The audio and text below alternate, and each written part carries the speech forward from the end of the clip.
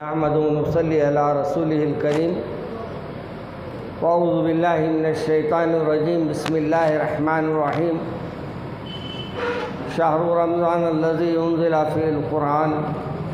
عزیزان محترم، ابھی آپ کے سامنے ماشاءاللہ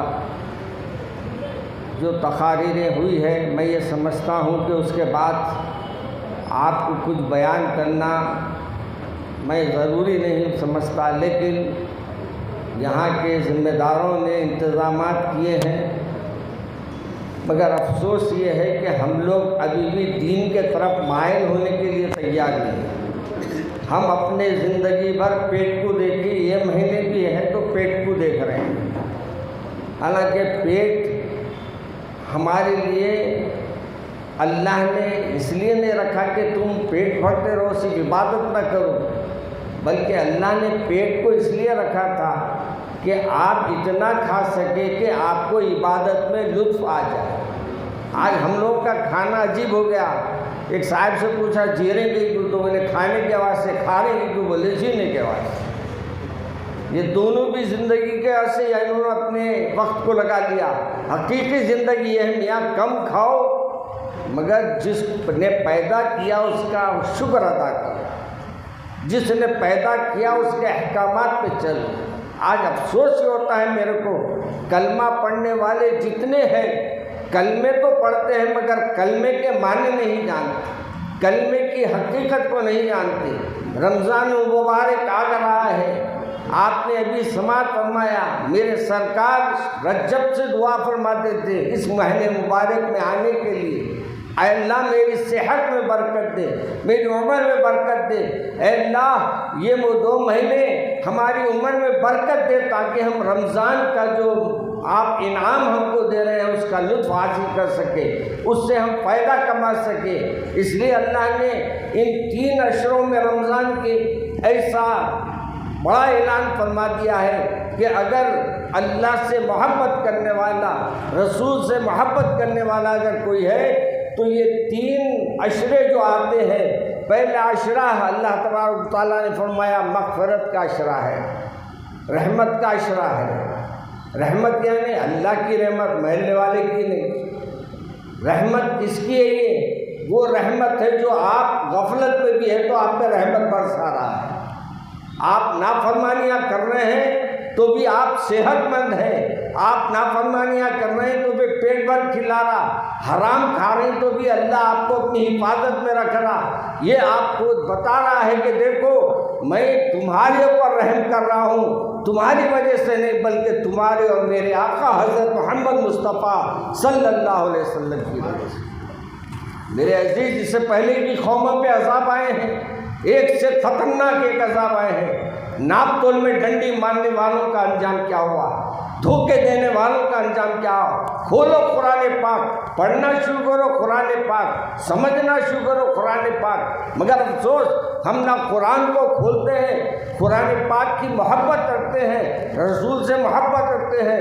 یہ سب جھوٹے دعوے ہیں۔ اگر حقیقت میں تم میرے رسول کے ماننے والے ہو، تم میرے اللہ کے ماننے والے ہو، تو یہ طے کر کے اٹھو کہ ہم رمضان میں نہ صرف قرآن پاک کو پڑھیں گے بلکہ اپنے گھر والوں کو بھی پڑھائیں گے اور اس کے ترجمے کے ساتھ ہم قرآن پڑھیں گے انشاءاللہ۔ تو بولو، ہم لوگ گونگے بن گئے، بس بریانی کھانا، حلیمہ کھانا، چکنے گڑے بن گئے ہیں، بس پانی اوپر سے بہہ جا رہا۔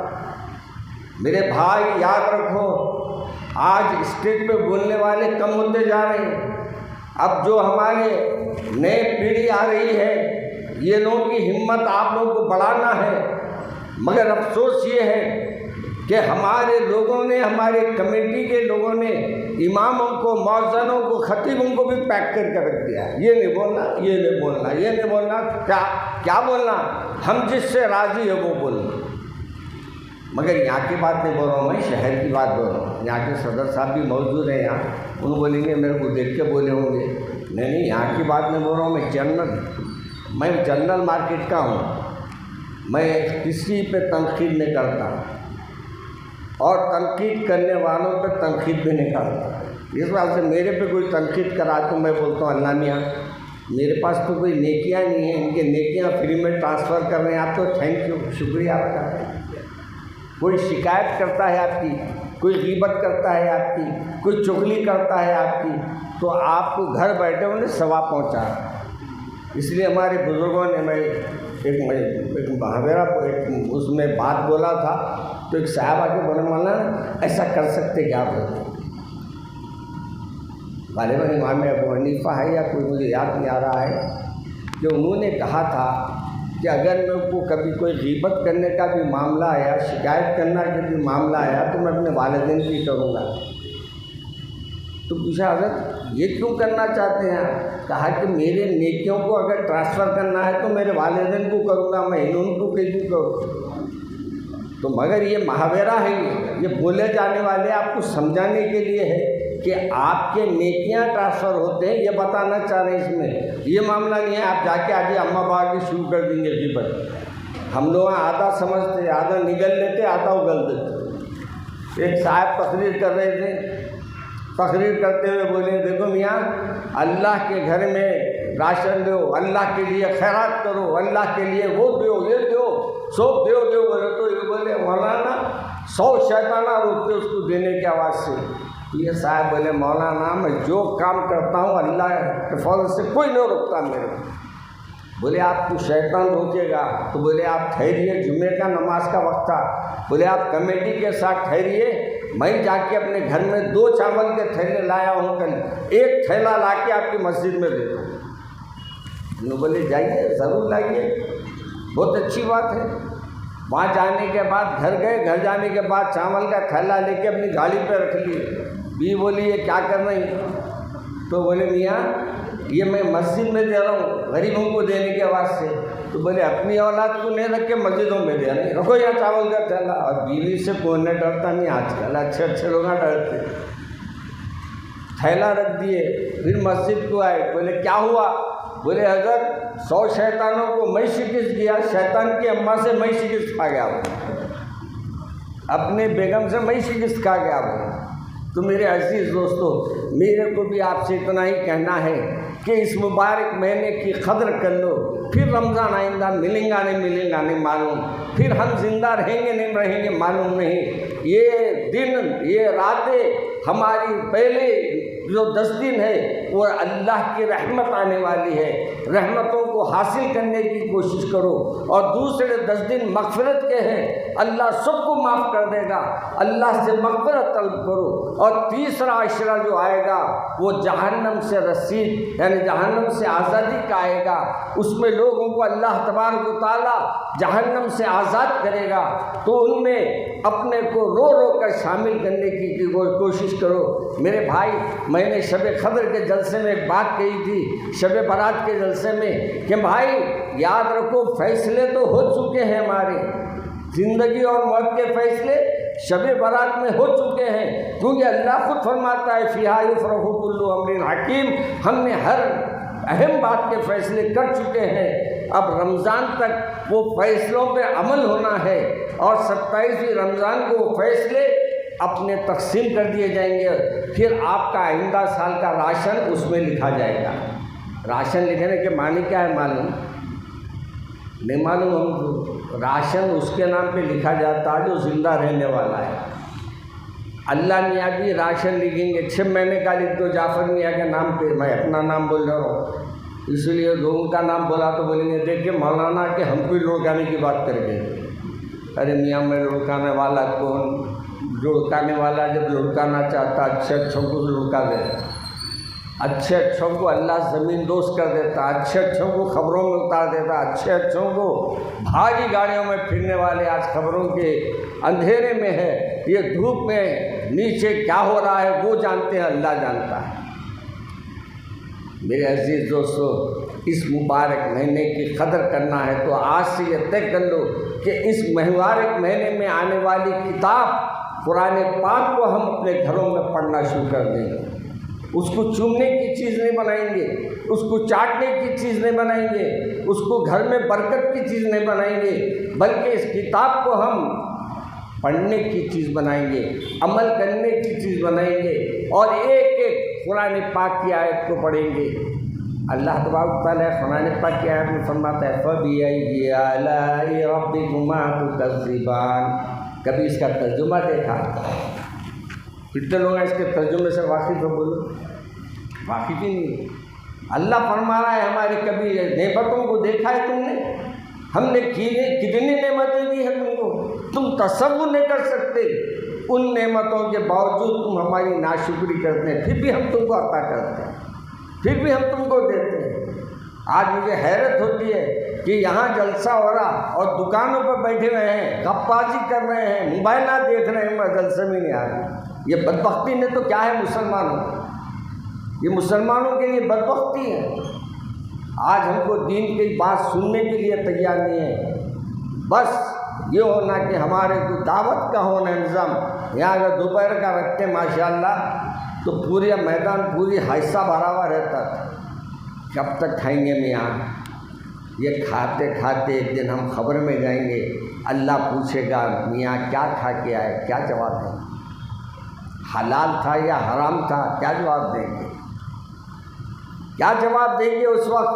اللہ کے فرشتے ہم سے پوچھیں گے کہ اب اعمال کیا لے کے آئے ہیں، کیا اچھائیاں لے کے آئے ہیں، بتاؤ کیا ہے آپ کے پاس، میرے پاس؟ کیا اچھائیاں بتائیں گے؟